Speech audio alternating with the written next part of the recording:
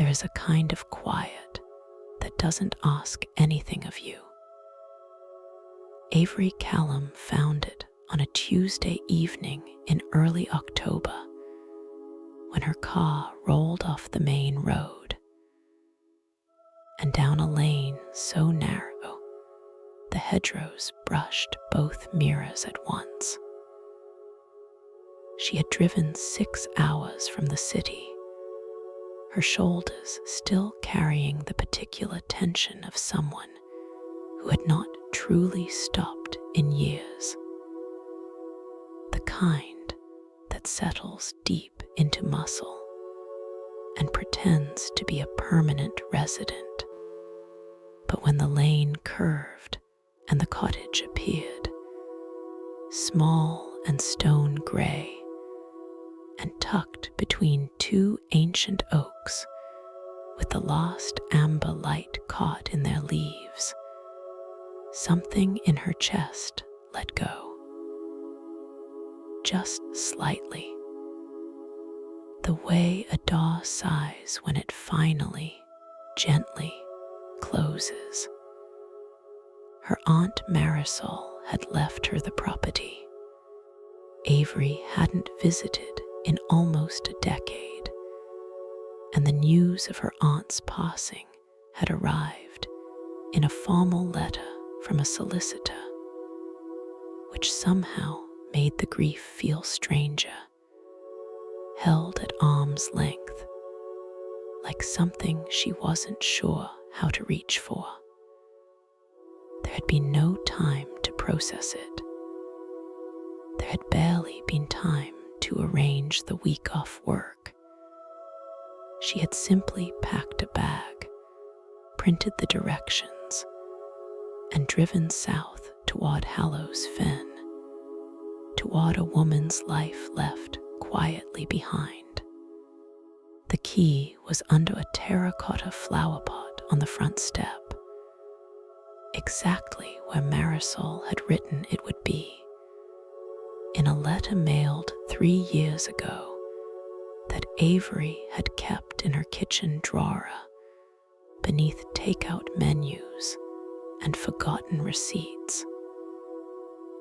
She had always wondered, vaguely, why she kept it.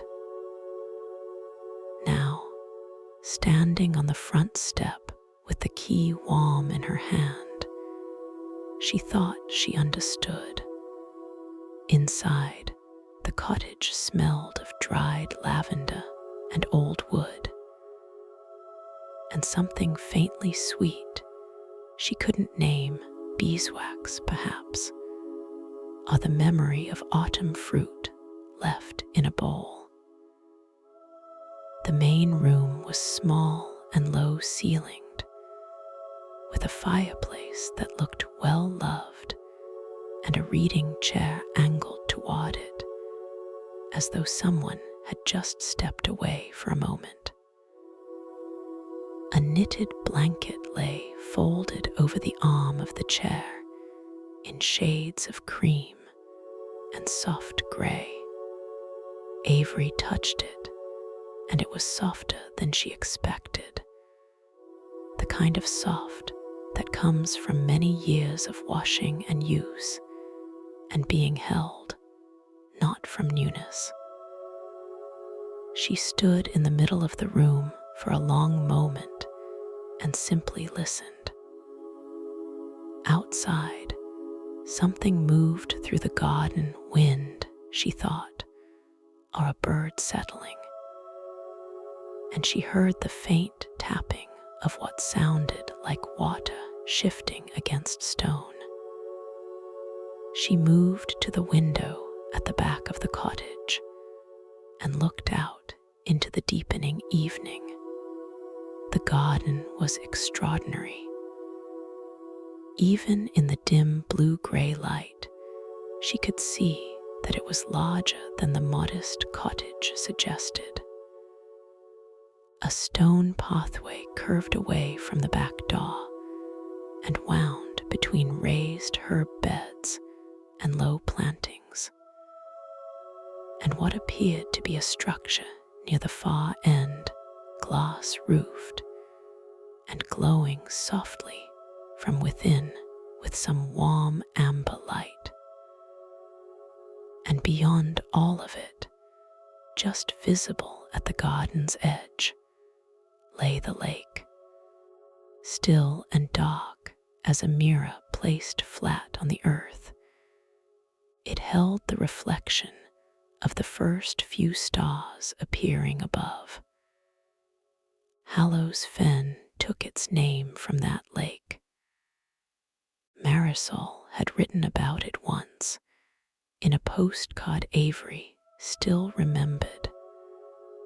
The water here is never rough. I think it has decided to be calm. Avery smiled at the memory, a small, private smile, the kind that costs nothing. She made herself chamomile tea from a canister on the counter, found a tin of shortbread in the cupboard, and carried both to the reading chair. The blanket was still there, waiting. She pulled it over her lap and listened to the cottage settle around her, the tick of a clock above the mantel, the distant presence of the lake, the soft knock of an oak branch against the eave. She had brought work with her, a laptop, a folder of unread documents, a notebook for meeting notes she was already behind on. All of it was still in the bag by the front door. For this one evening, none of it had to move. The tea was exactly the right temperature. The shortbread was plain and perfect. Through the back window, the glass structure at the far end of the garden glowed on steadily, unhurried, as though it had been waiting patiently for someone to notice it, and found that it could wait a little longer still. Avery rested her head against the wing of the chair.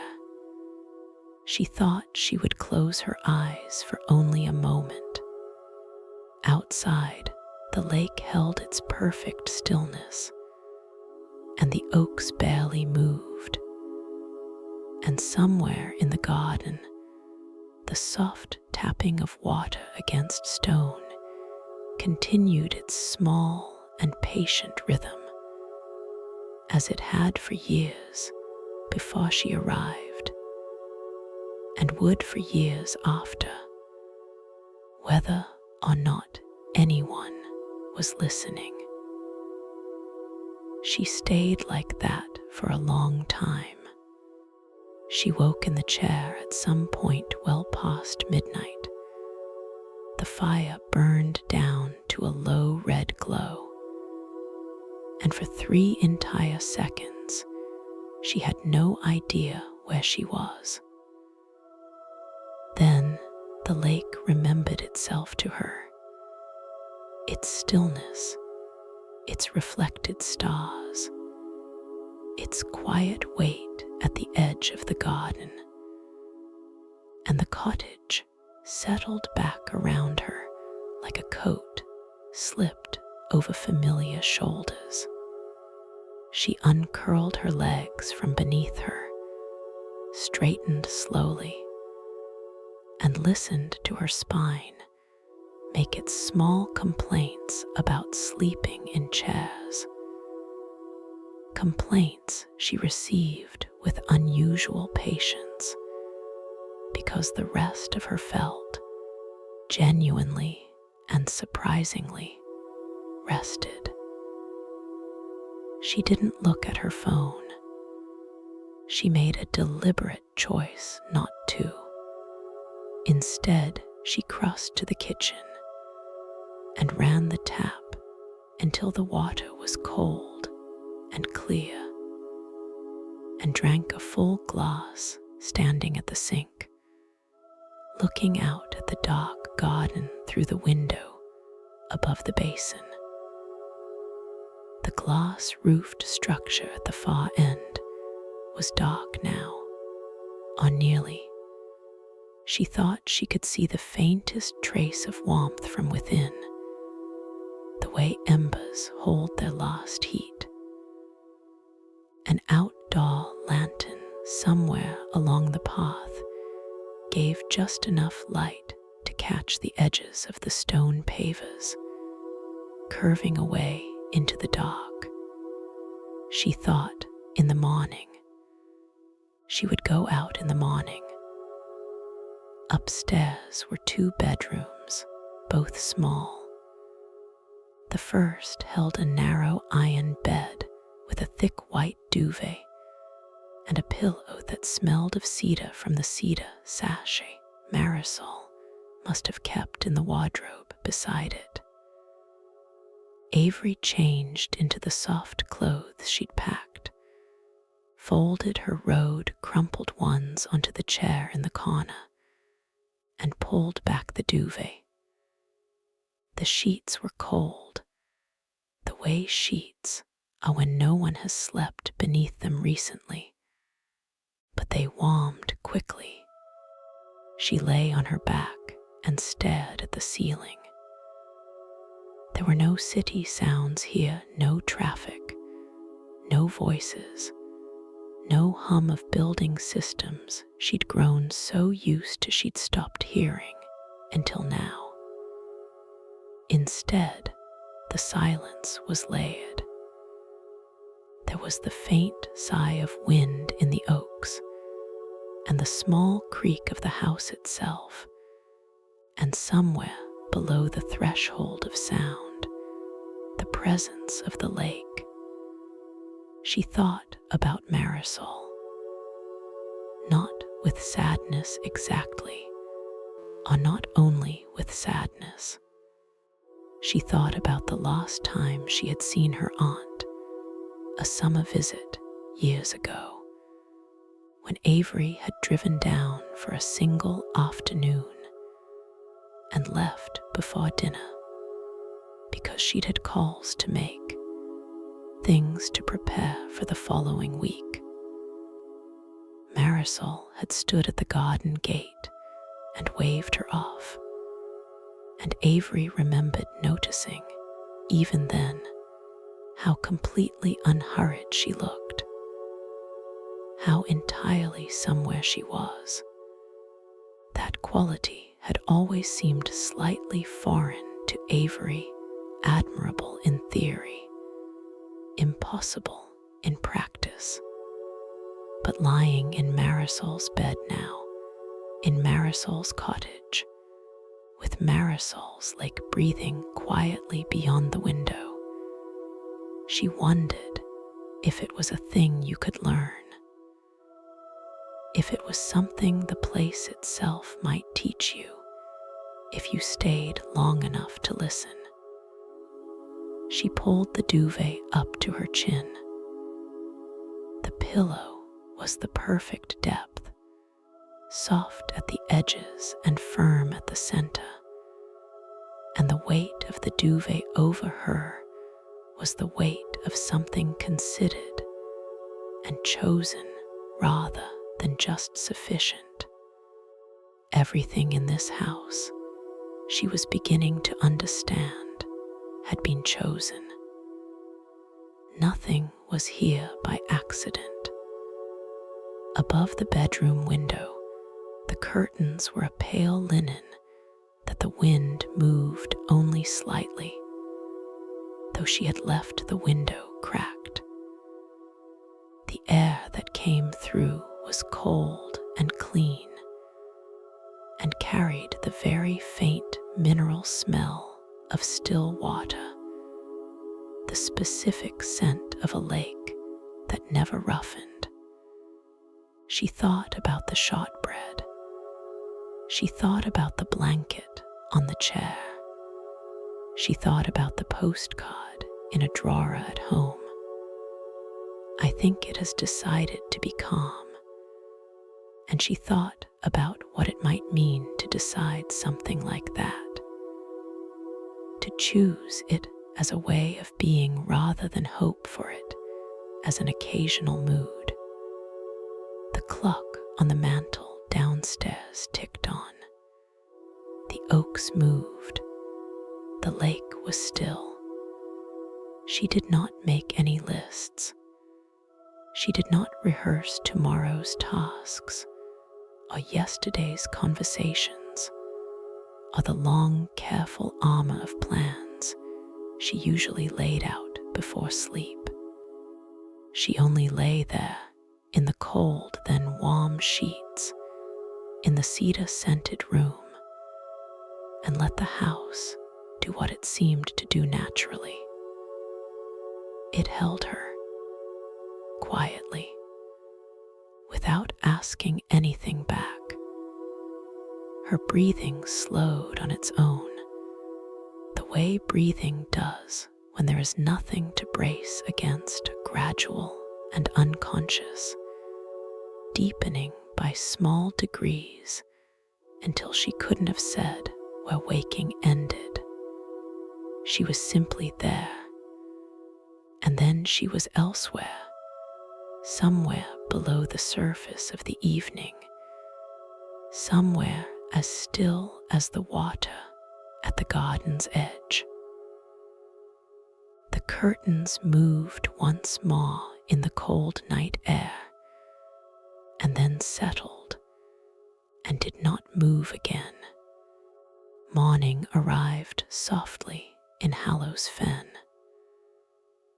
not with alarm or brightness, but with a gradual pale grayness that seeped around the linen curtains and lay across the room without demanding anything. Avery blinked at it and waited, as she never usually waited, for her body to decide it was ready rather than telling it what she needed it to do next. It was, she thought, a novel sensation. She dressed in layers, a worn pullover from the bottom of her bag, heavy socks, the canvas trousers she'd brought in a vague optimism about outdoor walks. Downstairs, she found the fireplace cold, and she laid a new fire from the basket of split wood beside it, following the old method her father had taught her decades ago. Paper, then kindling, then the smallest logs, then patience. She had forgotten how satisfying it was, the moment the paper caught and the kindling began to breathe. The kitchen was compact, but well provisioned. She found oats and dried fruit in the pantry, a small pot of local honey still half full, a jar of the kind of tea that comes loose in a tin. She made porridge on the gas hob, standing at the stove and stirring slowly, watching steam rise in the cool morning air of the kitchen. There was no hurry anywhere inside her this morning.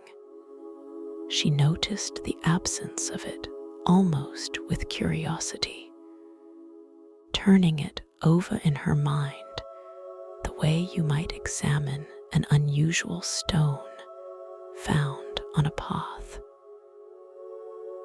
She ate at the small table by the back window, and the garden appeared to her gradually, the way a painting does when the light in a gallery is slowly raised. First only shapes and muted greens, then, as the morning brightened, distinct things. A stone path edged with low box hedging, a wooden arch at the entrance to a second section of the garden wound through with the dormant gray stems of what had been, in summer wisteria. Raised beds, 3 of them in a row, planted with something still green and upright despite the October chill. Herbs, she thought, rosemary and sage, and perhaps thyme. Plants that kept their composure through cold. And at the far end, the glass-roofed structure she had seen last night, now visible in its full daylight farm. It was a greenhouse, she saw now. Not large, perhaps 4 meters square, with old iron framing gone green with age and glass panes that were clear in some places and slightly wavered in others. The old kind of glass that distorts what's behind it like water. Its door was wooden with a small iron latch. From the inside, now that there was light to see by, she could make out the shapes of hanging plants and what appeared to be rows of pots on wooden shelving along the back wall. She wanted to go inside it very much. But first, she sat with her tea. She had learned, somewhere in the past 12 hours, that there was a particular pleasure in looking forward to something without immediately moving toward it, in letting anticipation be its own small gift.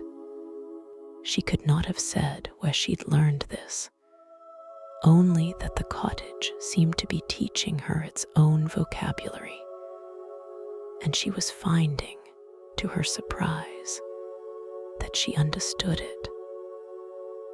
After she washed her bowl and cup and left them on the draining rack, Marisol had no dishwasher, and Avery found she didn't mind. She put on the coat she'd hung by the back door and unlaced her shoes and relaced them more carefully. And then she stepped outside. The garden was enclosed on 3 sides by stone walls, perhaps chest high, their tops furred with moss, and in a few places, seeded by chance, with the thin, flat rosettes of wall plants clinging between the stones. The air inside the walls was several degrees warmer than she'd expected, sheltered from the wind that moved through the oaks beyond. It smelled of earth and damp stone and the particular cold, clear smell of autumn, which is really the smell of things completing themselves slowly and without apology. She walked the path slowly, pausing at the raised beds. The herbs were exactly what she'd guessed. Rosemary gone woody at the base, but still silver green at the tips. Sage with its velvet gray leaves, and along the far edge of one bed, a low mounding plant with very small dark leaves that she crouched to smell. Sweet and faintly medicinal and warm. She did not know its name, and this seemed, this morning, like a pleasant problem to have.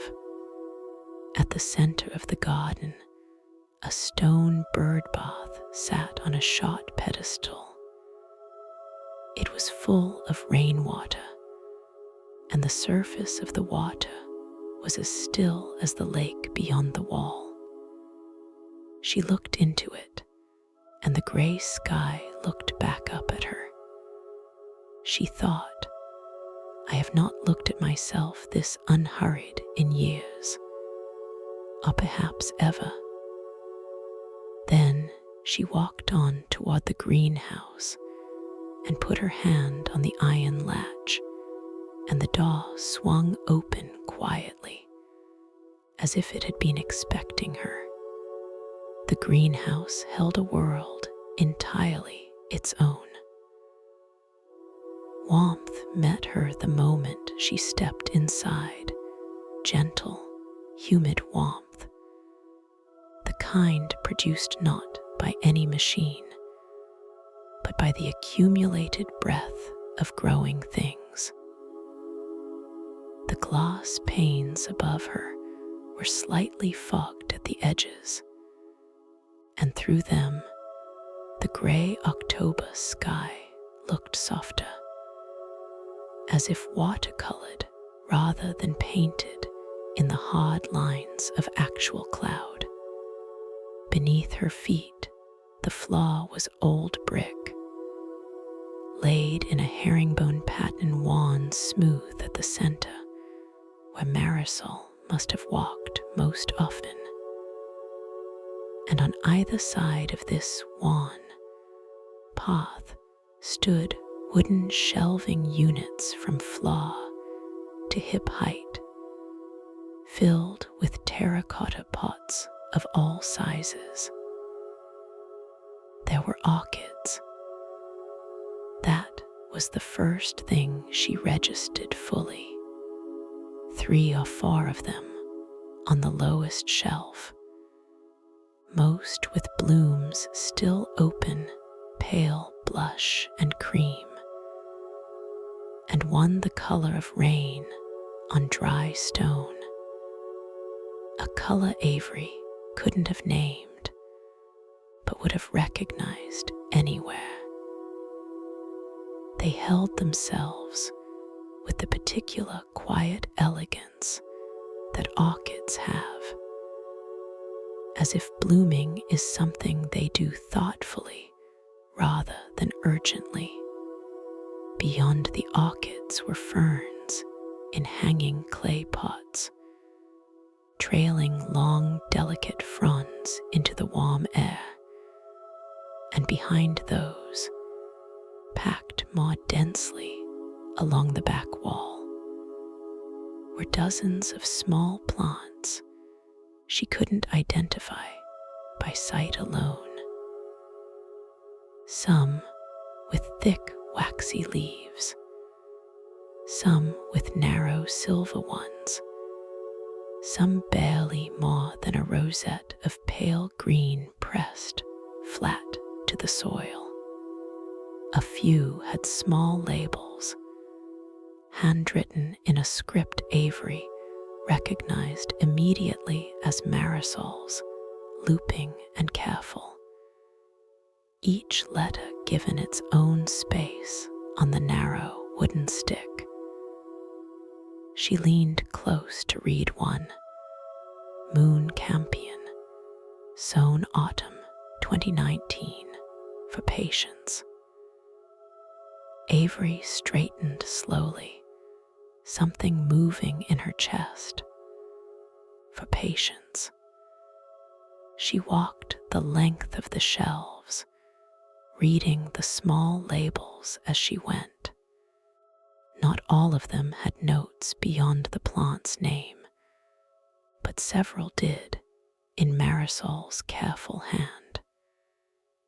River fern grows best when left alone, and veined sage smells like an evening worth keeping, and one that made Avery stop and read again, Sleeping Violet for difficult nights. Rest beside it. There was no sleeping violet that she could see on the shelves, and she wondered if it had not survived, or if it lived somewhere else in the greenhouse she hadn't yet reached. She made a mental note to look. At the back of the space, on a narrow workbench against the rear wall, were Marisol's tools. a collection of hand trowels and dibbers, and fine pointed pruning scissors, all clean and hanging on a pegboard.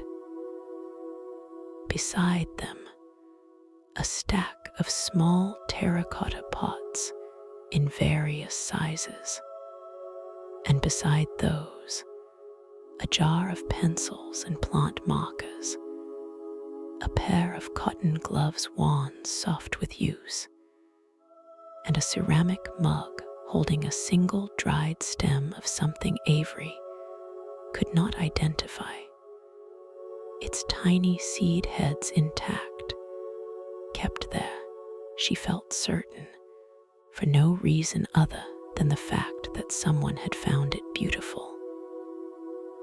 On the very corner of the workbench, held down by a smooth grey stone, was a notebook.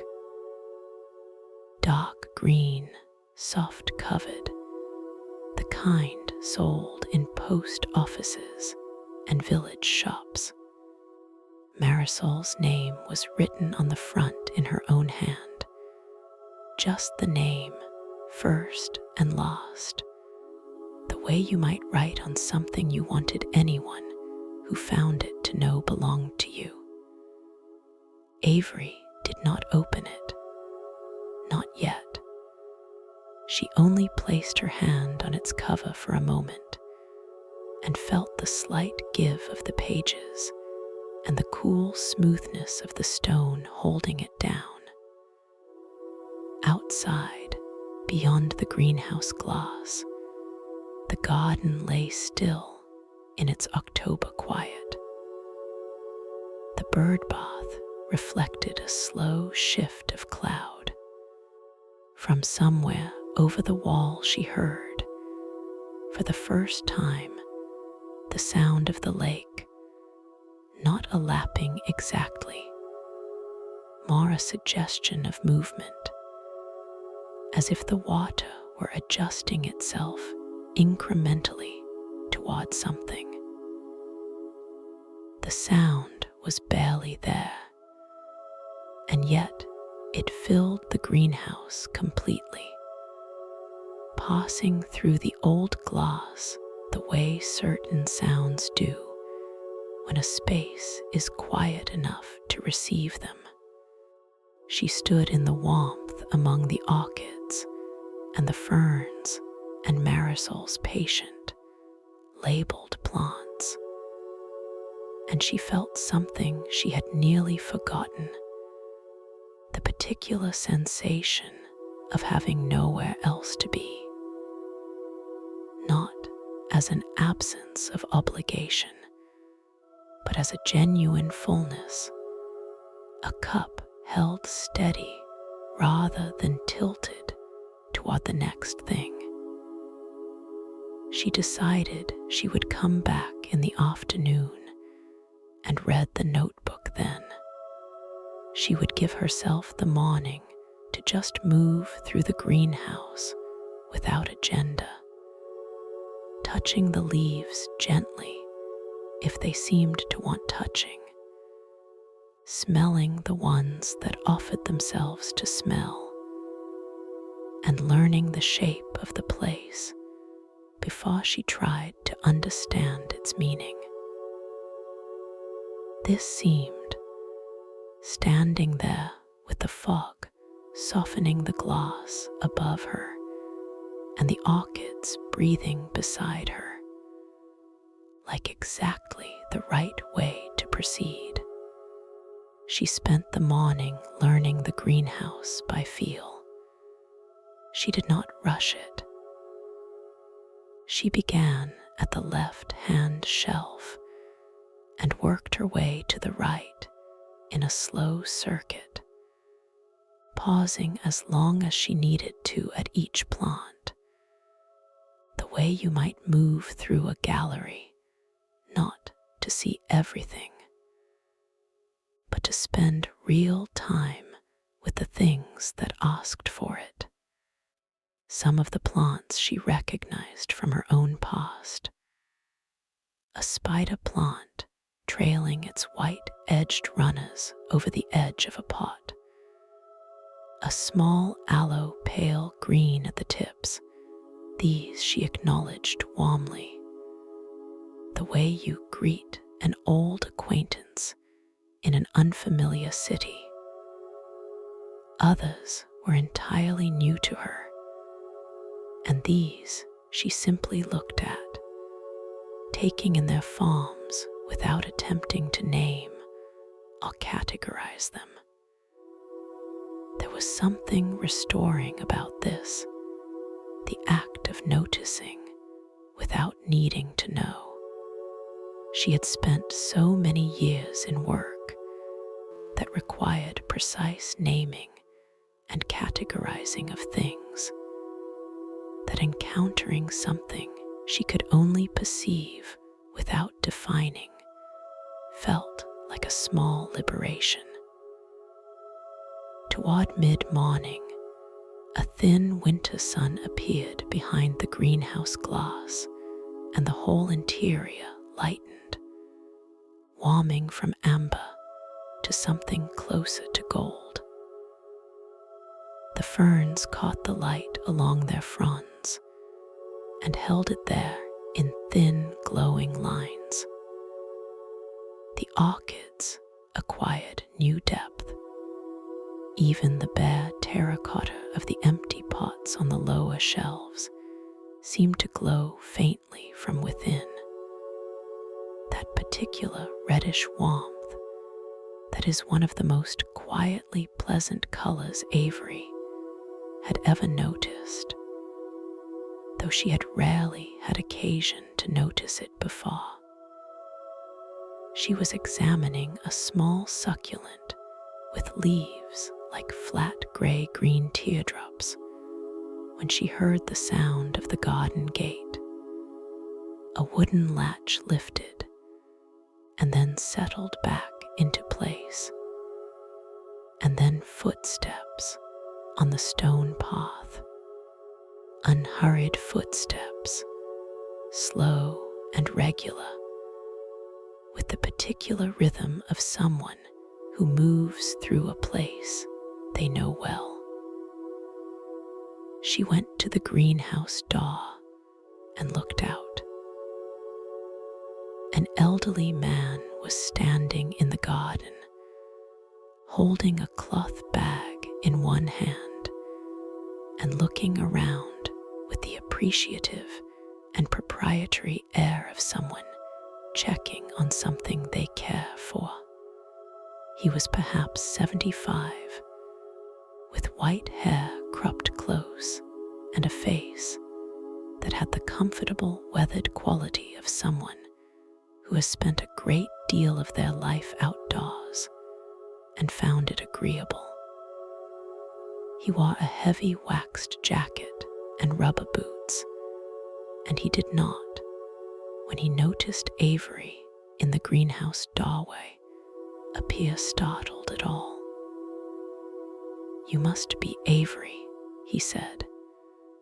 His voice was warm and unhurried, carrying across the garden the way voices do when there is no other sound to compete with. "Marisol mentioned you. I'm Theo Birch from the next property over." "Yes," she said, stepping out onto the path. "Hello." He raised the cloth bag slightly. "I brought bread. I bake on Wednesdays. There's more than I need." "That's very kind," Avery said, and she meant it in the particular way you mean something when it takes you by surprise in its simplicity. He came down the path without invitation, but with a complete absence of presumption, the way people move who are comfortable with both being welcome and being turned away. He handed her the bag.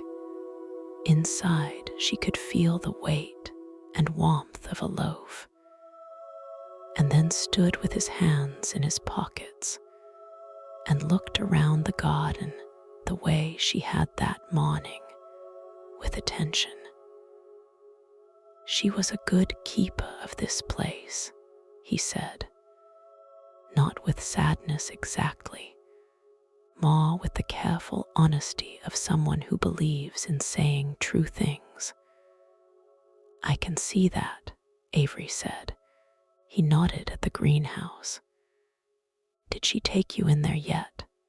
Avery looked at him. She's gone, Mr. Birch. He smiled at this gently. I know. I meant the greenhouse itself. Some places do their own taking in. He considered the glass structure with obvious fondness. She used to say it was the most honest room she'd ever lived in, because everything in there does exactly what it is. It doesn't try to be otherwise. Avery turned to look at the greenhouse.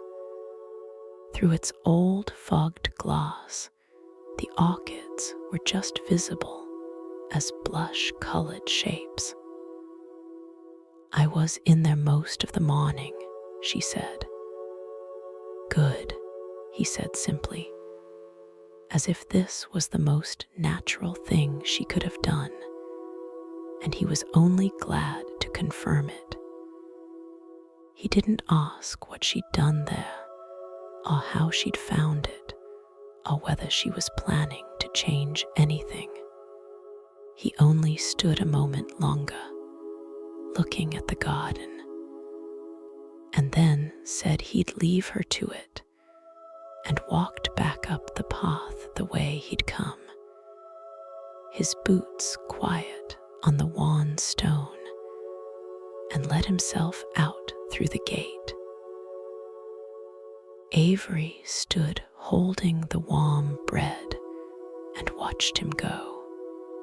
Then she went inside and cut 2 thick slices and spread them with butter from the refrigerator and ate standing at the kitchen window, looking out at the garden, which lay perfectly still in the pale October noon, as if it had been there forever, and expected no interruption from the world beyond its walls. The afternoon arrived in stages. First gray, then a brief interval of pale, watery sunlight that fell through the cottage windows in long, thin lines across the flagstone floor. Then gray again, deeper this time and settled, the kind of sky that isn't planning anything dramatic, but is simply committed to its particular shade of quiet. Avery made tea and sat with it at the small table and allowed herself to look at the notebook she'd carried in from the greenhouse. She had left it on the kitchen counter, weighted down with the same smooth gray stone, as if she'd needed to transport the whole arrangement rather than just the book itself. She looked at it for a while without opening it. It occurred to her that she was learning something new about herself this week, that she could wait, that she could be in the presence of something she wanted and not take it immediately. This had not been a quality she'd understood herself to have, and its discovery felt, in a very small way, like finding an unlocked door in a wall she'd always assumed was solid. Finally, she lifted the stone and set it aside and opened the notebook to the first page.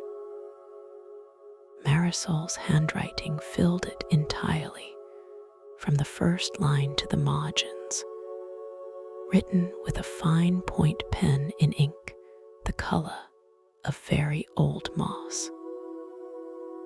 The first entry was dated 6 years ago, in early spring.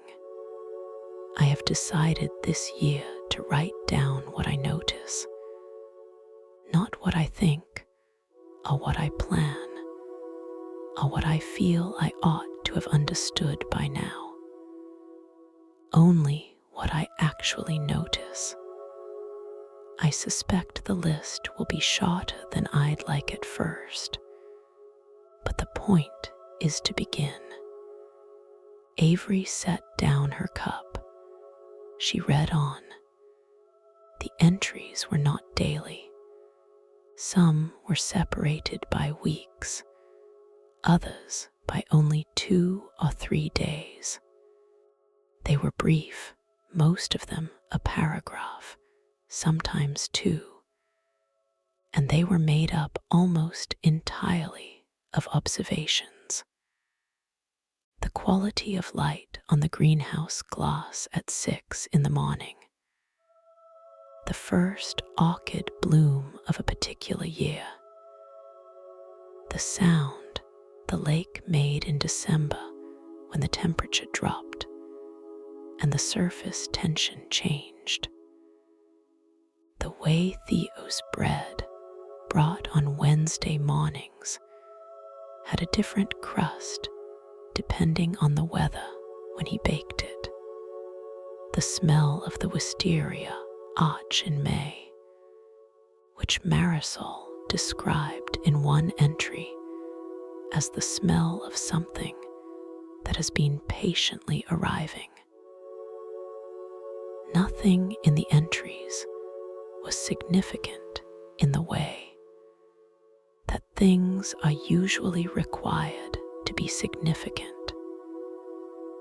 There were no resolutions, no insights stated as lessons, no moments of dramatic clarity.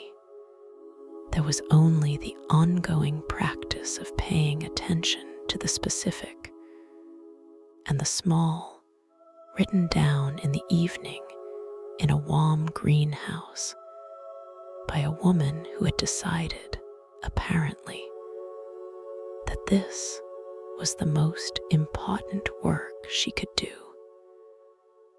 Avery read for over an hour without looking up. The tea grew cold. The afternoon shifted through its shades of gray outside the window. The lake, just visible beyond the garden wall, held its mirror stillness, and now and then a reed or a long stem of something at its edge tilted very slightly in a wind she couldn't feel from inside. At some point, she noticed her shoulders had dropped. Not gradually, not as part of some deliberate relaxing she'd instructed herself to do, but simply as a consequence of sitting still long enough for her body to remember it could. She touched the back of her own neck and found it soft, the muscles there unclenched, and she felt a wave of something she could only call recognition. A familiar self she had not visited in a long time. She read the entry dated 3 winters ago, near the end of the notebook's first half. I asked the sleeping violet today what it needed. Obviously, it didn't answer, but while I was asking, I remembered that I hadn't had a glass of water since morning, and I was cold, and I had forgotten to eat since breakfast. The plant, in in its way, reminded me to tend to myself by simply being there needing to be tended. I am not sure this is a lesson, but it is a fact. Avery smiled at that for a long time. Outside, the gray afternoon began its slow conversion into evening, the light dropping not sharply, but by careful degrees, as if whoever was responsible for it understood the value of transition and saw no reason to rush it. The cottage held its warmth. The fire she had laid that morning was ready to be lit again, and she would light it soon. But first she stayed where she was, with her cold tea and the green notebook open on the table, reading her aunt's careful observations of a life that had, apparently, been going on very quietly and very thoroughly, while Avery wasn't looking. She lit the fire after dark and drew the reading chair close to it and went on reading the notebook until the first section ended. The second section began with a gap of several months, followed by an entry in ink of a slightly different color, darker, more blue, as if the pen had been changed, or the season had, or both. I've been thinking about what it means to keep something. I have kept this garden for 11 years. I have kept these notes for 6. It occurs to me that to keep something is not the same as to hold it. Holding implies a grip. Keeping is more like remaining in the vicinity of, being reliably present. A witness that stays. Avery read the sentence twice. A witness that stays. She thought about her own life in the city. The apartment she spent so little time in it had never quite shaped itself to her. The office where she knew the layout of every flaw, but not the names of half the people on her own. She thought about the relationships she had kept in the holding sense, clutched tightly in whatever time the schedule allowed, rather than simply staying near them, present and unhurried. She did not let herself follow this too far down. It was the kind of thinking that could, if you followed it carelessly, go from illuminating to punishing very quickly. And she had learned, or was perhaps learning this week, the difference. She let the thought settle, the way you might settle a crease in a cloth by laying it flat rather than pulling at it. And then she read on. The later entries had a different quality to them, still precise, still rooted in the observable, but more expansive in what they chose to observe. An entry from 4 years ago read, "The sleeping violet I've been tending for 3 winters has finally produced 2 small blooms. The color is difficult to name. It is not purple exactly. It is more the color that purple approaches just before it becomes gray, which I think of as the color of the last minute of evening." I sat beside it for half an hour. I don't know if that qualifies as rest, but it felt like it. The sleeping violet. Avery put down the notebook and went back to the greenhouse with a lamp she found in the kitchen. A small battery lantern Marisol had left on a shelf by the back door. She unlatched the greenhouse door and stepped into its warm, dark interior, the lantern throwing a low yellow circle of light around her. She walked the shelves slowly, holding the lamp close. Most of the plants looked different in lamplight, more dimensional, the shadow behind each pot turning them into small stage sets, miniature landscapes. She moved along the back wall, past the orchids, past the ferns, past the succulent she had studied that morning, and then tucked at the far end of the lowest shelf, almost behind the leg of the workbench, so that she'd walked past it twice without seeing it. There it was. A small clay pot, old and dark, stained at the base, holding a plant with soft oval leaves of a deep gray green, and at its center, one single small bloom, not fully open, but open enough to show its color. That particular shade of not quite purple that Marisol had described so accurately. It was almost strange to see it there in reality, as if the notebook had brought it into being rather than the other way around. The color that purple approaches just before it becomes gray. Avery crouched down and held the lamp close.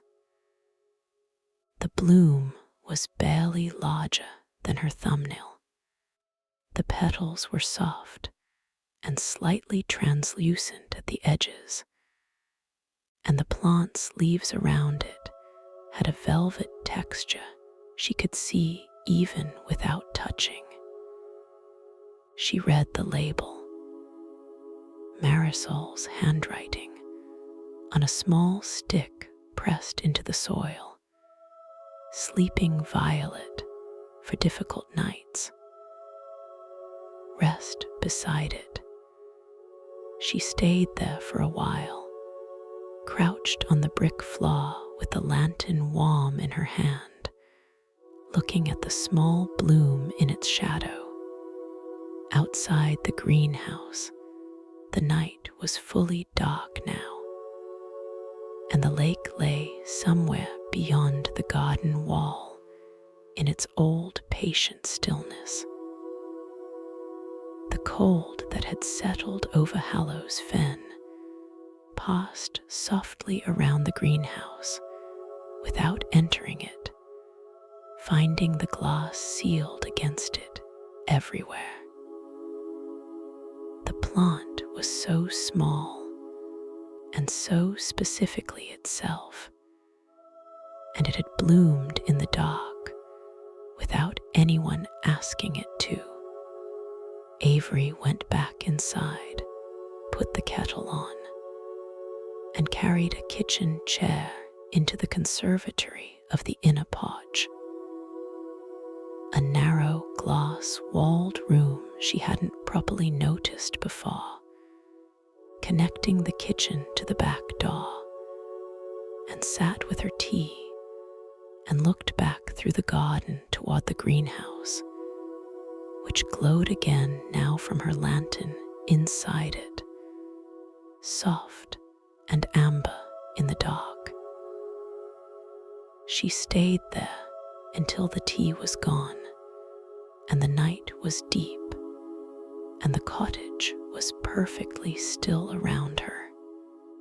Thursday morning arrived with fog. Not the dramatic coastal fog of films, but the mild domestic fog of inland October mornings, which settles in the low places and blurs the middle distances and makes the near things, the garden wall, the stone path, the herbaceous borders, seem slightly more vivid by contrast. Avery saw it first from the upstairs window when she went to open the curtains. The lake was invisible beneath it, and the greenhouse at the garden's end appeared only as a warm amber blur, as if floating slightly above the earth. She stood at the window for a while, watching the fog shift and thin and shift again. There was a pleasure in watching weather from indoors that she had forgotten, the safety of the warm room behind her, the cold outside available to observe, but not required to be endured. She made a mental note of the pleasure, the way Marisol had taught her without knowing it. Clara Bent ran the village shop in Hallow's Fen, a 10-minute walk along the lane. Avery found it mid-morning, following Theo's directions from the previous day, left at the oak with the split trunk, straight on past the church wall, and you'll see the sign. The sign was hand-lettered in blue paint on a white board, Bentes, and beneath it, in smaller letters, provisions and sundries since 1947. The bell above the door rang when she entered, and Clara appeared from behind a stack of packaged goods with the particular efficiency of someone who is always precisely where they are needed. She was perhaps 60, with gray hair cut practically short, and reading glasses pushed up on her forehead, and she received Avery with a warm directness that had nothing performative about it. "You're Marisol's niece," she said, not as a question. "We were glad she left it to someone in the family. I'll get you some things." Avery hadn't asked for anything specific, but she followed Clara's confident assembly of provisions with something like gratitude, because it meant she didn't have to explain herself or think too hard about logistics. And both of these were presently welcome reliefs. Clara gathered oats, a jar of dark honey, a small wedge of hard cheese, 2 apples, a bunch of kale, a bar of dark chocolate, and a packet of pasta. And she added a small pot of herb jam with no label and said simply, "I make it. Rosemary and quince. Marisol used to take one every month." "Thank you," Avery said, and meant it completely. Clara looked at her with a directness that wasn't intrusive, more like the honest attention of someone who has seen enough people arrive at that cottage over the years to know what they generally needed. "It takes a few days," she said. "What does?" "The quiet." she bagged up the items with practiced economy. People come here carrying all their speed with them. It takes a few days for it to drop off. Usually by Thursday or Friday, they look like themselves again. Avery considered this. What do they look like before that? Clara handed over the bag. Like they're still somewhere else. She smiled, and it was a kind smile. The kind you can only arrive at through years of paying attention. You're doing well for Wednesday arrival. The walk back to the cottage was along the same lane, through the still dispersing fog, and Avery walked it slowly, the heavy bag in both hands, noticing things. The lichen on the stone walls that flanked the lane, gray and yellow-green, and in one sheltered spot, a particular rust orange that was the most vivid color she had seen all morning. The sound of her own boots on the packed earth of the path, solid and rhythmic, the fog thinning above the hedge tops as the late morning sun worked at it patiently from above.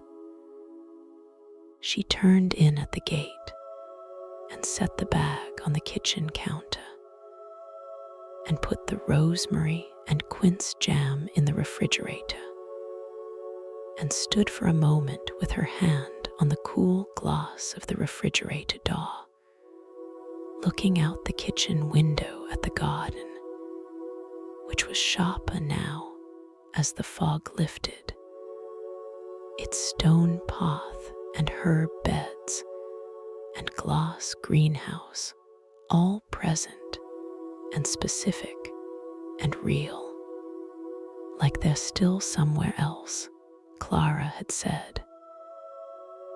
Avery released the refrigerator door and turned around and looked at the kitchen, which was small and warm and slightly untidy from her 3 days of use. And she thought, I am here, precisely and entirely here. It was such a simple thought, and yet it felt, standing in that kitchen on a Thursday morning, with fog still dissolving above the garden and Marisol's notebook on the table, and the jar of homemade jam in the refrigerator, like one of the most significant things she had understood in a long time. She returned to the notebook that afternoon with the particular attention of someone reading something a second time who knows now what to look for. What she was looking for, she thought, was how Marisol had learned to stay. Not in the cottage specifically, but in the present moment. How she had trained her attention to remain with what was actually happening, rather than drifting perpetually toward what was next, or what had been, or what might go wrong. The notebook was a record of this practice. Avery had begun to understand. Not a diary in the conventional sense, no confessions, no self-examination, no narrative arc of progress or setbacks, just observations gathered regularly, like water collected from a reliable source. The entry from 2.5 years ago had a quality different from the others. I think I've finally understood why I grow things. It is not because I enjoy the outcomes, though I do. It is because growing requires me to show up regularly for something that cannot be hurried.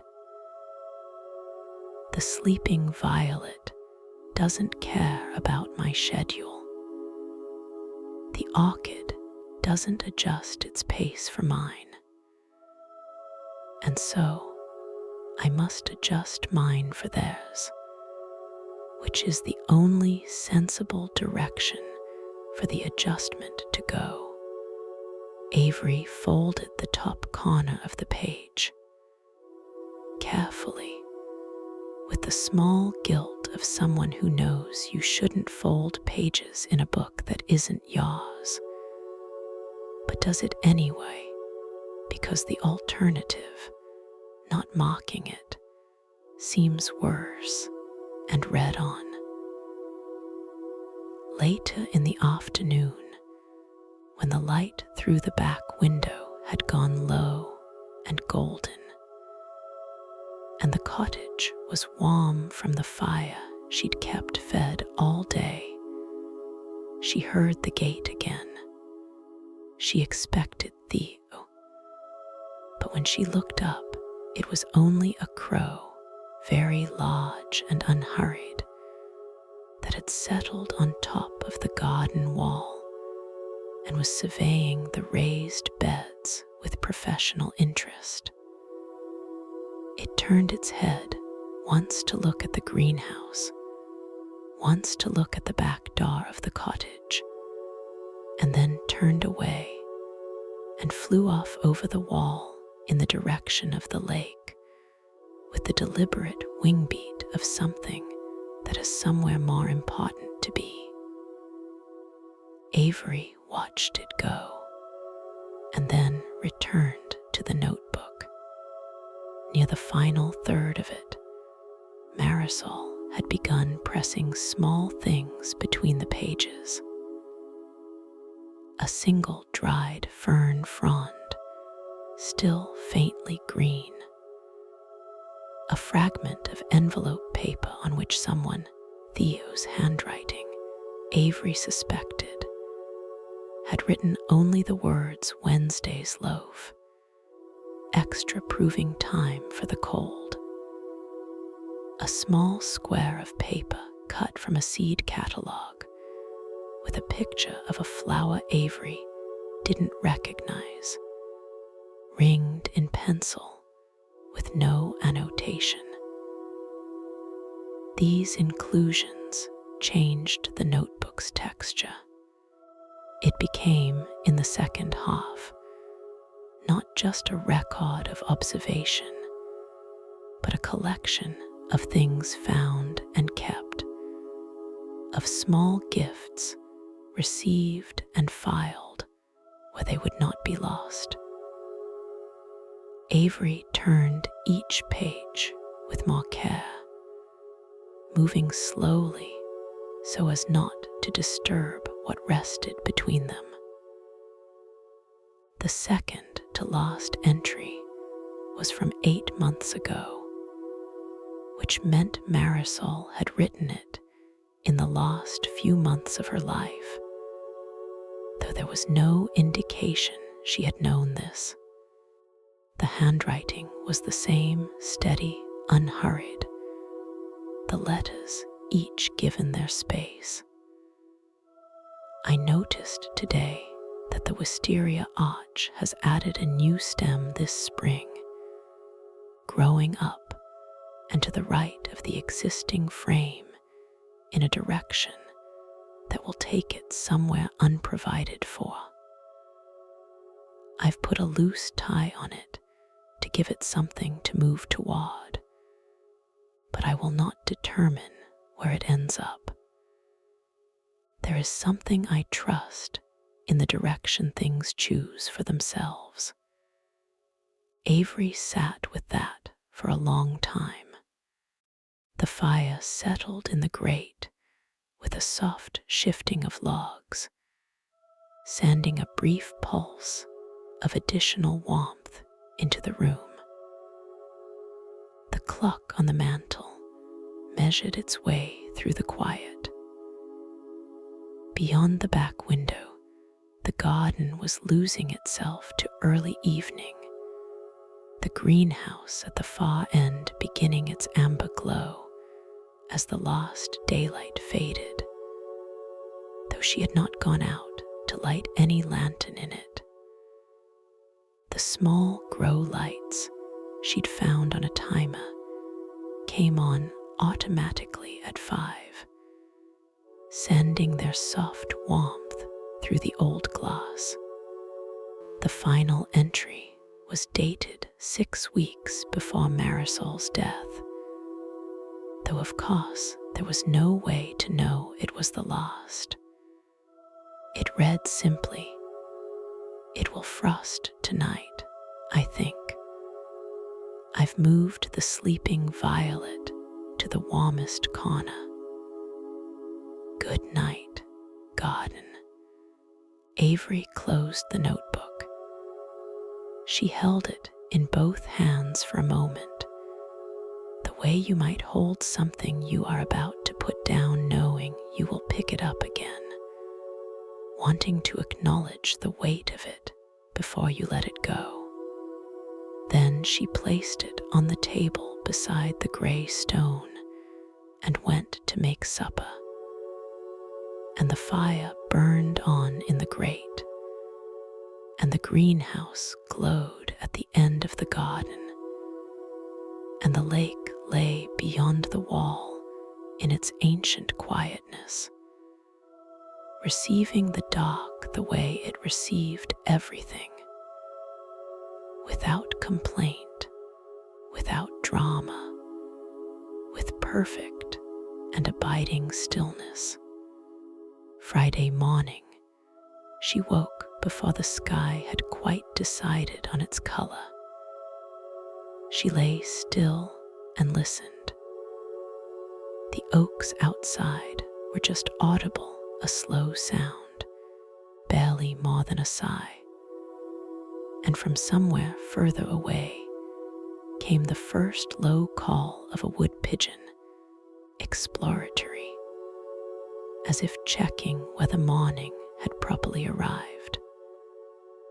The lake made no sound she could identify, but she felt its presence the way you feel a large, calm thing nearby. A particular quality of silence it produced simply by being there. She did not want to look at her phone.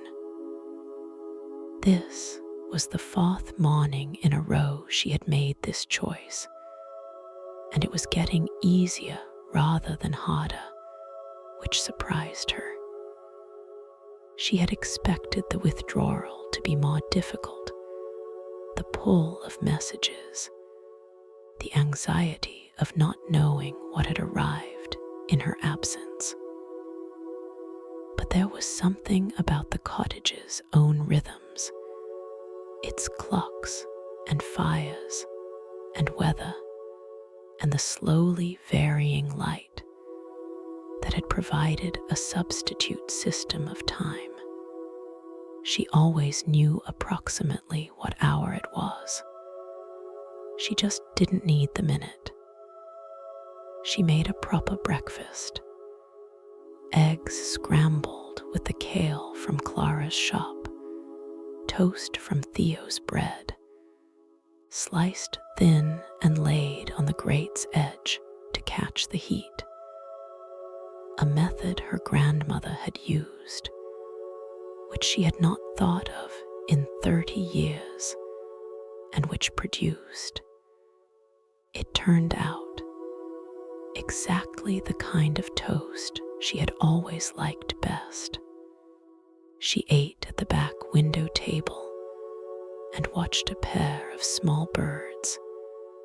She thought they might be tree creepers, but couldn't be certain work their way up and down the trunk of the nearer oak, their attention entirely on what the bark contained. After breakfast, she put on her coat and went out into the garden. The morning was cold and still. A thin mist clung at ankle height over the grass between the stone path and the garden wall, and her breath came visible in front of her as she walked. She went first to the herb beds and crouched to see how they had come through the cold night. The rosemary was fine, almost indifferent to the temperature, its silver needles unchanged. The sage had dulled slightly, its leaves more grey than green this morning, but it was upright and firm when she touched a stem. The unknown small-leafed plant she had smelled on the first morning smelled even stronger today, the cold concentrating its warmth somehow, bringing it up from the leaves in a sharper form. She walked the path slowly, the mist curling around her feet. At the wisteria arch, she paused and looked up. The dormant stems were bare and grey, but she could see, as Marisol had seen in spring, the new growth Marisol had tied loosely with green twine, going off in its own direction.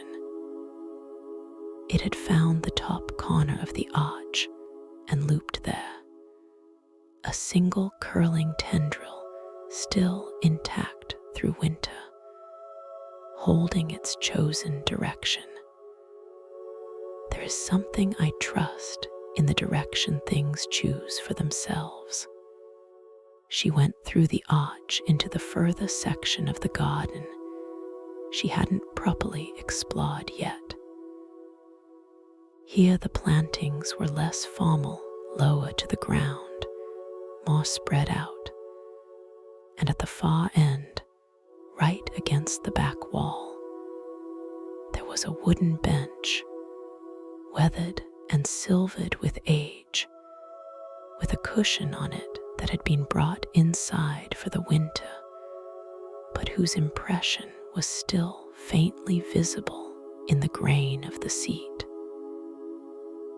A place to sit and look back at the cottage, she realized, to see it from the outside, from the perspective of the garden, which was different from seeing it from the inside looking out.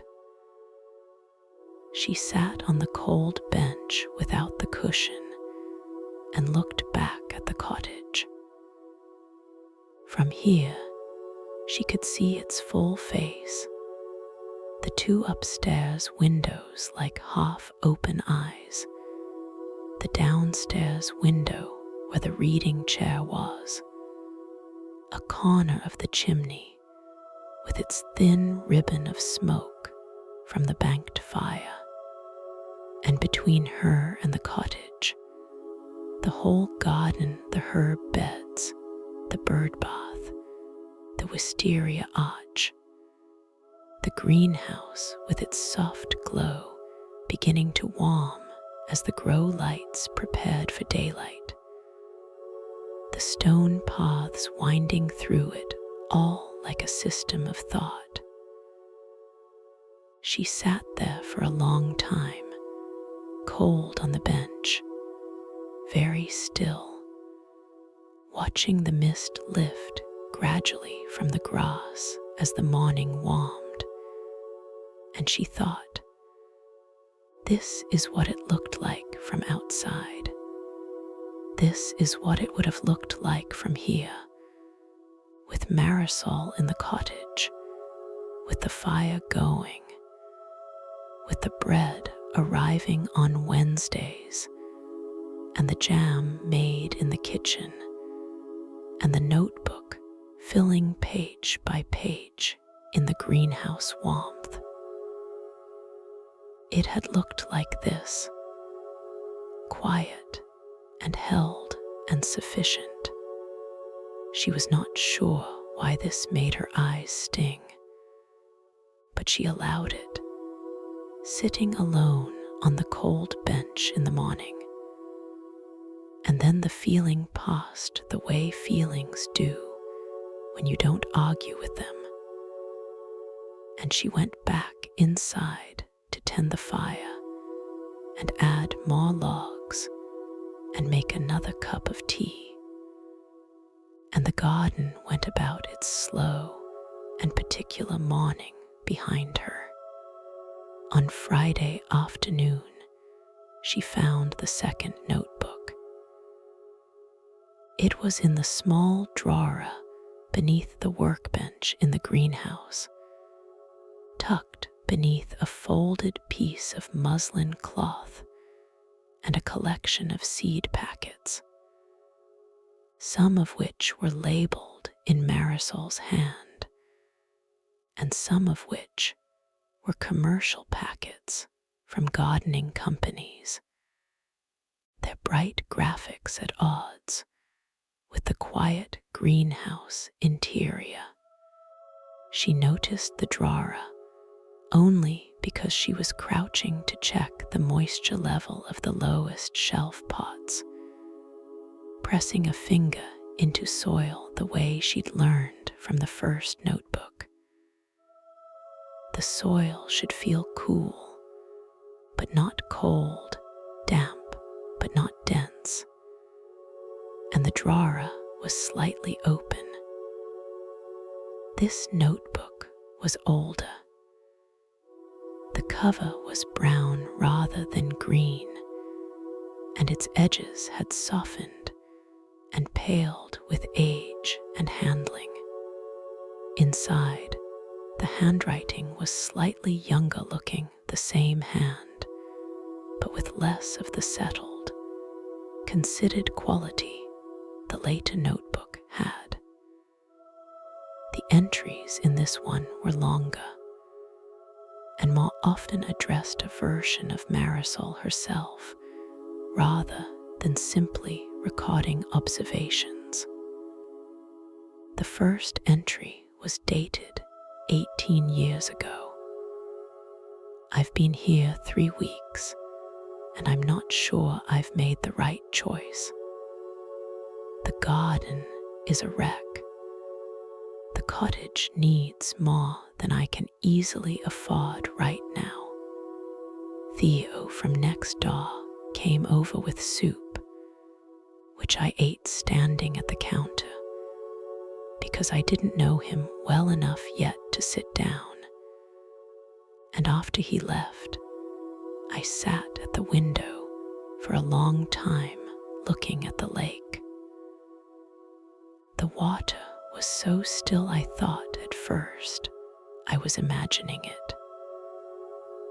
Then a single leaf fell in from the willow on the bank, and the ripples went out from it in circles so perfectly even they looked drawn rather than real. And I thought, if the water can be that still with that much sky above it, I can probably learn to manage. Avery read this entry 3 times. She thought about Marisol arriving here 18 years ago, not knowing anyone, with a garden in disrepair and a cottage that needed work and a neighbor she didn't yet know well enough to sit down with. She thought about the woman who had stood at that window and watched a leaf fall into still water and found in it not comfort exactly, but evidence. The evidence that stillness was possible, which is different from comfort, but may, in the end, be more useful. She kept reading. The early entries were full of the practical details of settling, what needed fixing, what had to wait, what could be done with modest resources, and what required patience or help. Theo appeared regularly in these pages, and she came to understand him through them. A widower, she gathered, a careful and deeply reliable man who had lived beside the cottage for 40 years and felt its absence of occupation as a gentle desolation, and who received Marisol's arrival the way someone receives rain after a dry season, with relief too deep for much expression. The garden took shape in these earlier entries the way it now existed in the world, slowly, through seasons and failed experiments, and the particular education of getting things wrong and learning not to take the failure as instruction against trying again. The first orchid didn't make it through the summer. I think I overwatered. I've started a second one, and this time I've resolved to do less, to provide conditions, and then trust them rather than monitoring every day. It is possible I have something to learn from this. Avery smiled at that, looking up briefly from the notebook at the orchids on their shelf. The blush-colored one, the cream, the rainstone one, all of them present and blooming. All of them descended, perhaps, from that second attempt. The greenhouse had warmed further by late afternoon, and she had removed her jacket and folded it onto the workbench beside her. She sat on a low wooden stool she'd found in the corner, the brown notebook in her lap, reading in the soft light of the grow lamps and the late afternoon sun through the old glass. Occasionally, she heard the garden outside, the small sounds of wind in the box hedging, the distant movement of something in the reeds at the lake's edge. But these sounds felt like accompaniments rather than interruptions. The way quiet background music in a reading room is part of the room's character rather than external to it. She read until the light began to fail, and the greenhouse lamps shifted from supplementary to primary.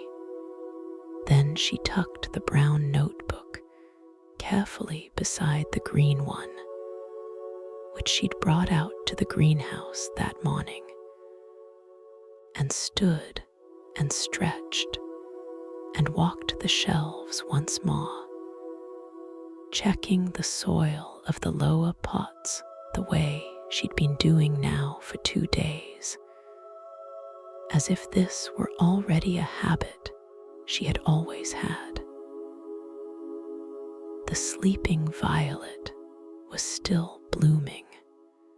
Its single flower had opened slightly further, and in the lamp's warm glow, she could see now that it had a faint silver edging to its petals, so subtle she might have imagined it. She did not think she had imagined it. Saturday arrived wrapped in a particular stillness, the kind that gathers before a weather change, when the air holds its breath and everything that moves seems to move more slowly than usual. Avery felt it when she opened the back door in the morning and stood on the step. A deepening of the quiet, a sense of the sky preparing. Theo came with bread at 9:30, earlier than Wednesday, and explained that he'd baked the day before because the barometric pressure was dropping and bread, in his considered opinion, turned out better when made before a front arrived rather than during it. He had a view on most things. She had discovered, not opinions exactly, more like positions arrived at through long observation, which he offered without insistence and retracted without embarrassment. He handed over the loaf and accepted the cup of tea she offered, and they sat for a while at the kitchen table, which was the first time she had invited anyone inside, and which felt like a small but meaningful extension of the week's unfolding. He did not ask about her life in the city. She didn't offer it. Instead, they talked about the garden, specifically about the wisteria, and whether the new tendril would need more support before spring, and about the state of the herb beds, which he thought were in better condition than expected for autumn, because Marisol had mulched them in September. She knew the season's end was coming, he said, about the mulching. He said it plainly, without particular inflection, and Avery understood that he was not speaking metaphorically. Then, after a moment, he added quietly, "She told me she'd been through most of the notebooks. Put them back where they belonged." Avery looked at him. "She knew," he said simply. "She had good time to settle everything. She did it thoroughly. That was her way." They sat with this for a moment. The fire ticked steadily. Outside, the garden was very still in its suspended pre-weather quiet. "She talked about you," Theo said then, without heaviness.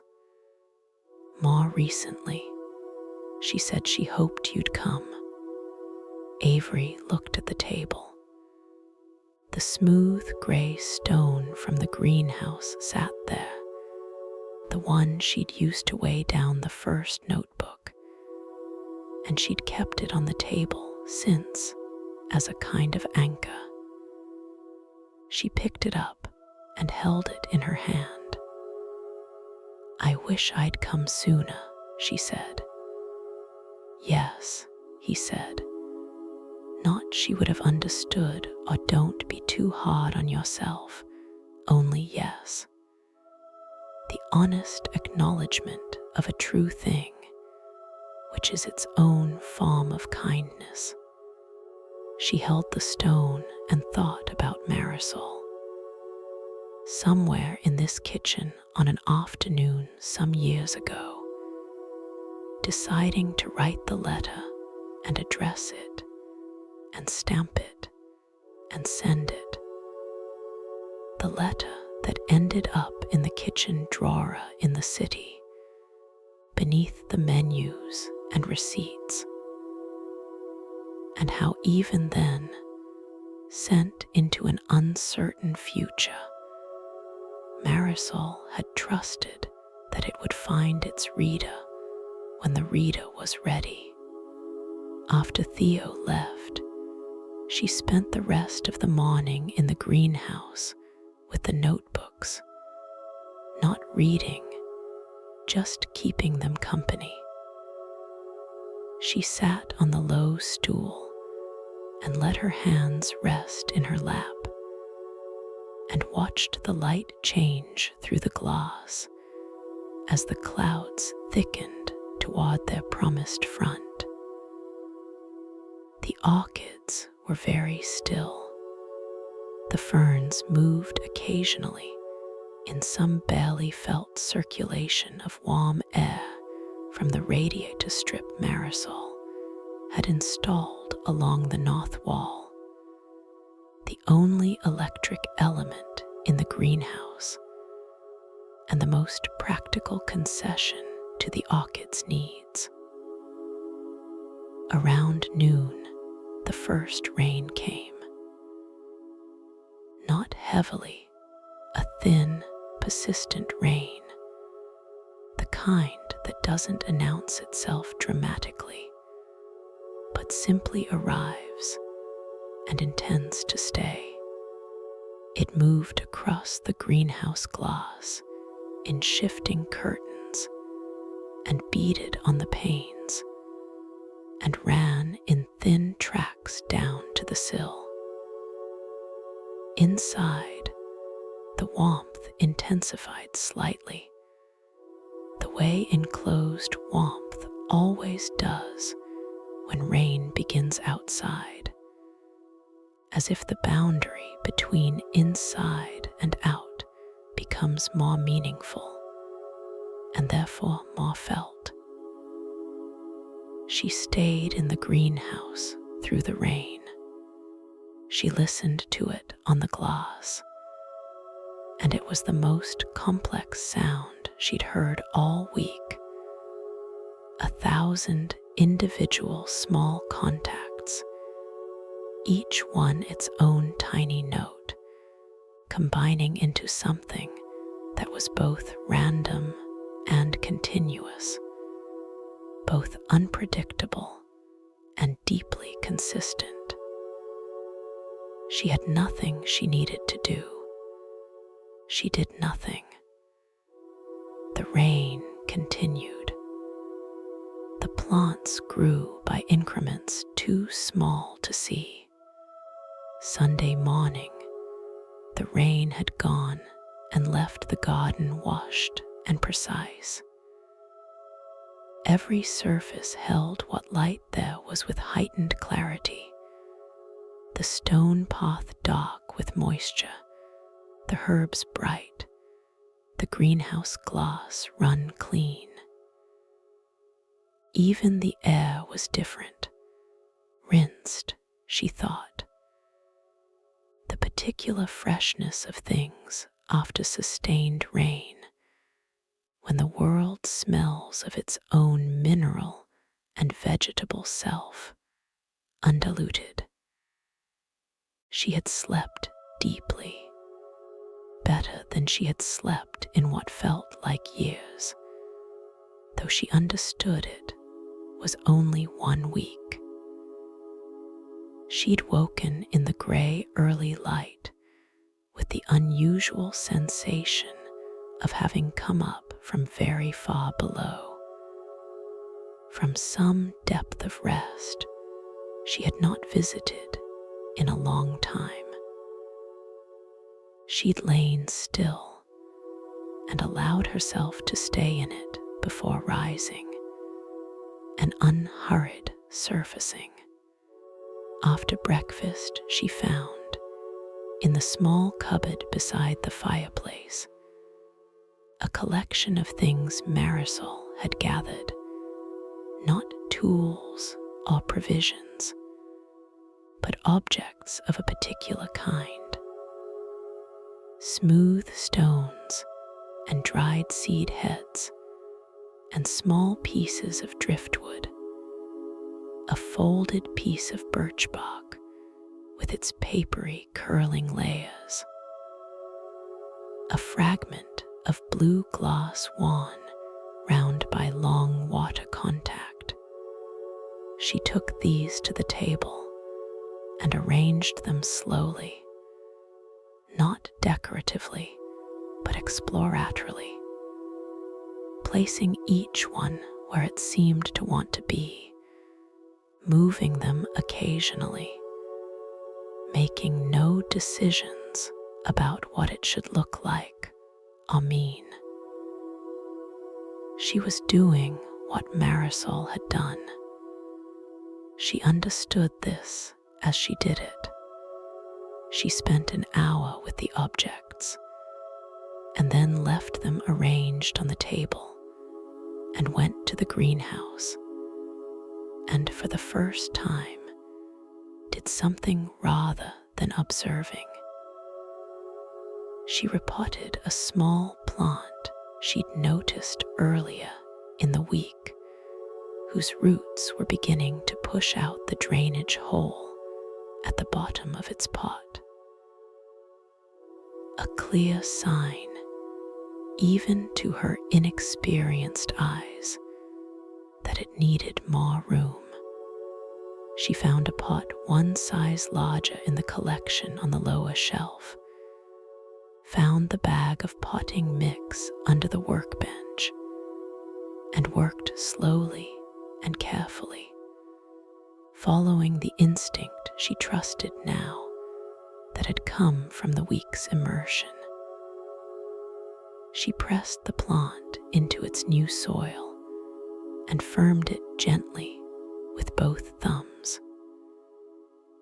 She checked it for a while after, the way Marisol would have, watching for the particular settling that means something has accepted its new situation.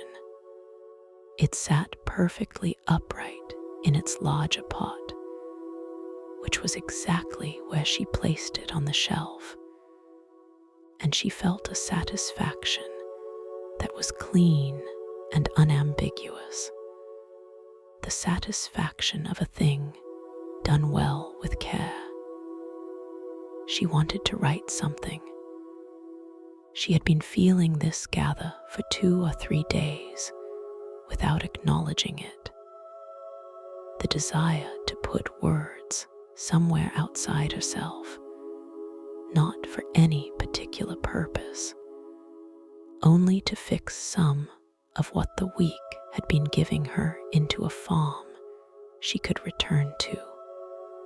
She went back to the cottage and found a plain notebook in the drawer of the small desk in the upstairs landing, unused and still, with its cardboard price tag attached. She removed the tag, took the notebook downstairs, and sat at the table with the gray stone and Marisol's 2 notebooks beside her, and opened her own to the first page. She sat for a while without writing.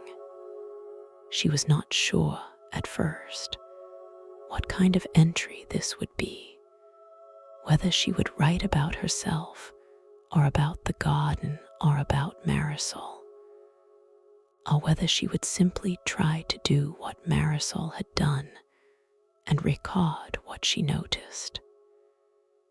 She picked up the pen and tested its weight in her hand, and then she wrote, "The sleeping violet is still blooming. The silver edging on its petals is real. I have looked at it now in every kind of light the greenhouse provides, and I am certain. The color is difficult to name, but Marisol already named it. The color that purple approaches just before it becomes gray. I think this means the color of just before, which might be the same as just after, or which might be the same, in fact, as now." She looked at this for a long time. Then she kept writing slowly, with the fire going behind her and the clean washed garden visible through the back window and the lake beyond it, bright now in the low November approaching sun, its surface just slightly less than perfectly still, very slightly, barely perceptibly rippled, as if it had accepted the rain's rearrangement and was settling back gradually into its own character. Her last full day at Hallow's Fen was Monday.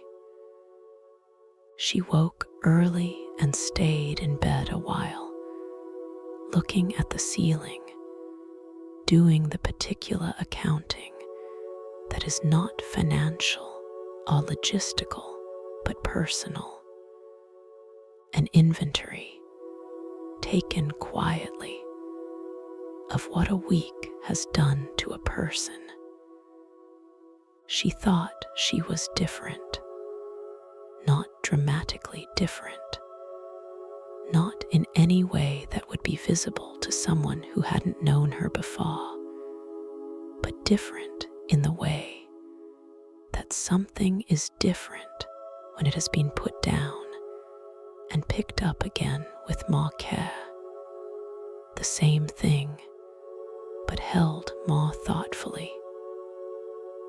After breakfast, she walked the whole garden in the order she had first walked it, tracing the week backward in miniature. The herbs, which she now knew by touch as well as sight.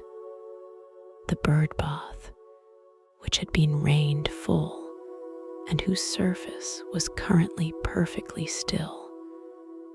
A small mirror of a perfectly gray sky. The wisteria arch with its single determined tendril.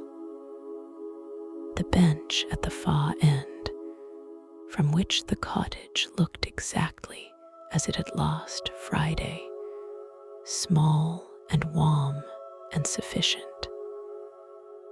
She sat on the bench for a while. A robin had appeared in the garden over the past day, and it was there this morning, hopping along the top of the far wall with the absorbed attention of a small thing that knows exactly what it is doing. It was the most vivid orange red she'd seen all week, and she looked at it the way she had looked at the lichen on the lane wall, with the sustained attention of someone who has learned that looking properly takes a little longer than you think. The robin dropped off the wall into the herb bed and was gone. She went to the greenhouse and sat with the sleeping violet for the last time. She had watered it on Saturday, and it didn't need water now, but she checked the soil anyway, pressing a finger in and feeling the appropriate coolness and dampness. The bloom had opened more fully over the weekend and was now displaying its full color, and the silver edging was unmistakable, a distinct thin line, as if someone had taken the finest brush and traced the petal's outline in something that was not quite silver, but was the nearest natural color to it. She took a small notebook page from the plain notebook she'd begun yesterday, and with one of Marisol's pencils she attempted to sketch the plant. She was not an artist. She had never drawn anything except the occasional diagram in a work meeting, and this was nothing like a diagram. It was imprecise, slightly out of proportion, with the petals not quite as they were, and the leaves not quite capturing their velvet quality. But it was recognizably the sleeping violet, and it was hers, and she tore it carefully from the notebook and tucked it into the back of Marisol's green notebook, where it would stay with the other kept things. In the afternoon, she packed slowly. She had little enough that packing was not an ordeal, but she found herself taking longer than necessary, with each item folding things with more care than she usually applied to folding, pausing between tasks to sit or look out the window.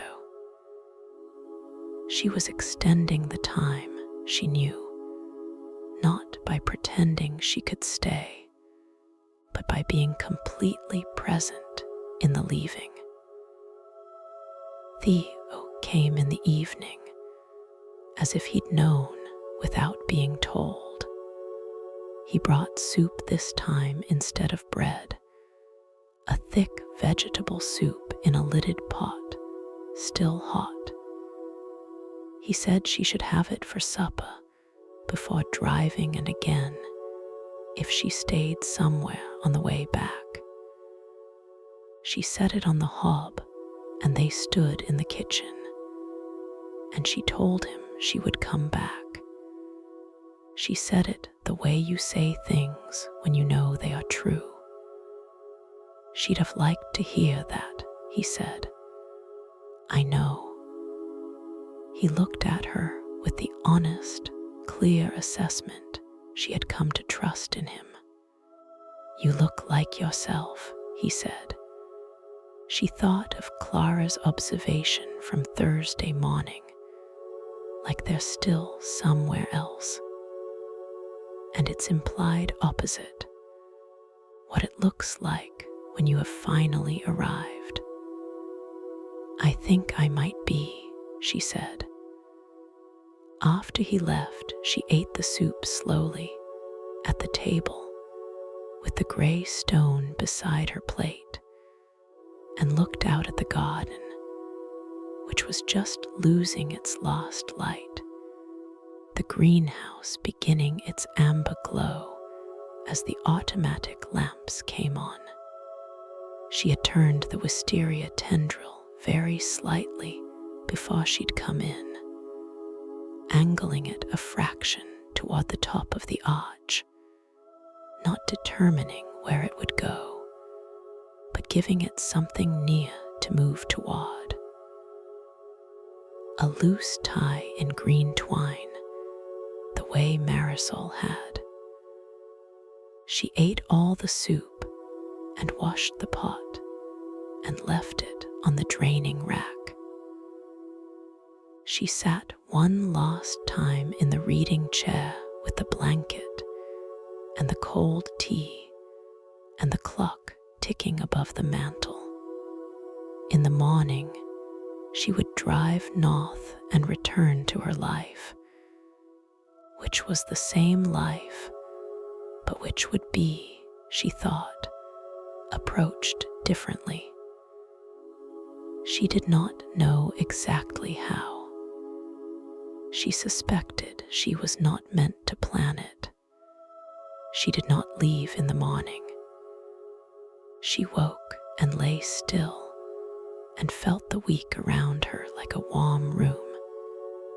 And she understood that she needed one more morning, not another day, only this one morning, and that the one more morning was the thing the week had been building toward. And she called in to say she'd be a day later than expected, and left her phone on the bedside table and got up and went downstairs. The fire from last night's banked coals was still just alive. She fed it carefully, small pieces first, until it breathed again and steadied. And then she put the kettle on and made the last of the chamomile tea from the canister and carried it not to the reading chair but to the back door, which she unlatched and pulled open. The morning was completely still. The garden lay in its late October quiet, and beyond the garden wall, the lake was visible just at the far edge, and it was doing what it always did, holding the sky perfectly, reflecting it without distortion or interpretation, giving back the exact quality of the light above it in the exact form in which it arrived.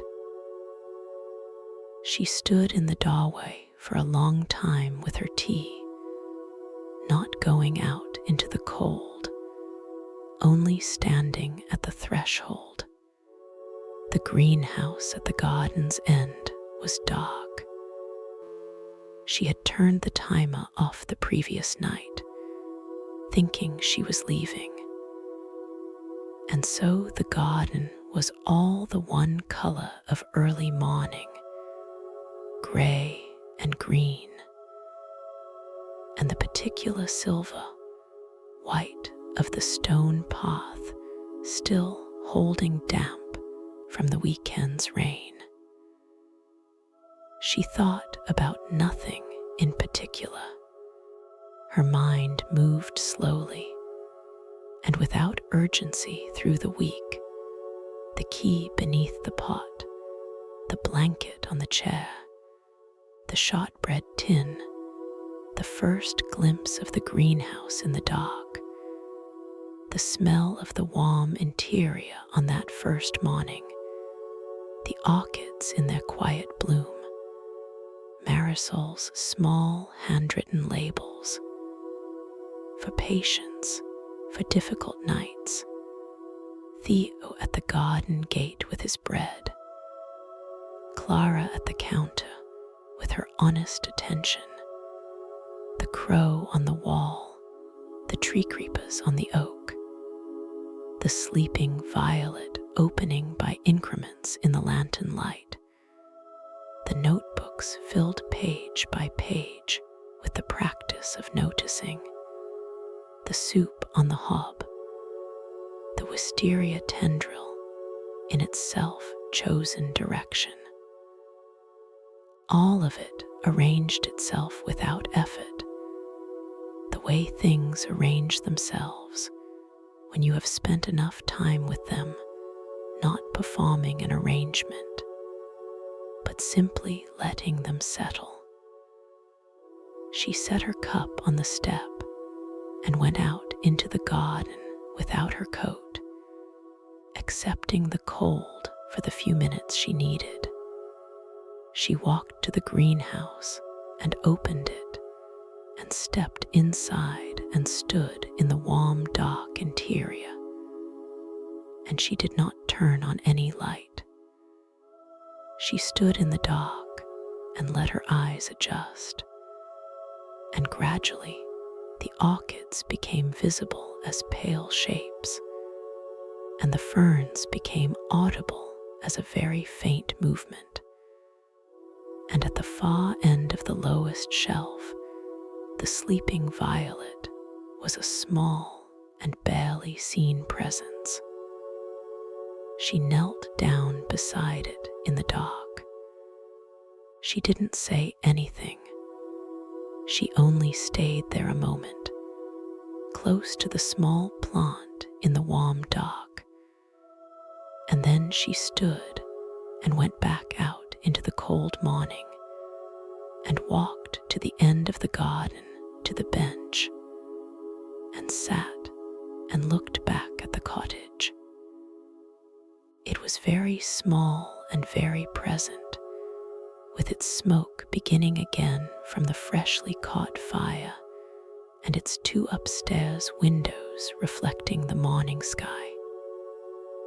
The garden lay between her and it, herbs, the bird bath, the stone paths, the wisteria arch. She sat on the bench until she was genuinely cold. Then she stood and walked back through the garden the way she had walked it all week, slowly, with her hands in her pockets and her breath visible in the cold air. She went through the wisteria arch and past the bird bath and along the herb beds and up to the back door and inside.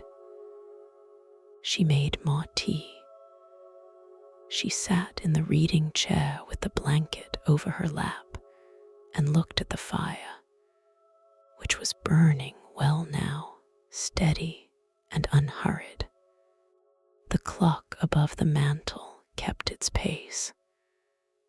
The cottage was warm and still. Outside, the garden would be there when she looked, and the lake would be there beyond it, and the sky above the lake would be giving its exact self to the water in return. She did not need to look to know. She would leave in a few hours, and she would return in spring, when the wisteria bloomed and the orchids were at their peak, and the sleeping violet would have rested through winter and come back as sleeping violets do quietly, without announcement, blooming again in its particular color, that is the color of just before and just after and now. She pulled the blanket up to her chin. The fire breathed. The clock ticked. The tea was warm. The morning moved around the cottage in its patient way, and the lake was still at the garden's edge, and she was exactly where she was, which was enough, which was more than enough, which was, she understood at last, precisely everything. Rest now. The water is calm. The cottage holds you. There is nothing else required.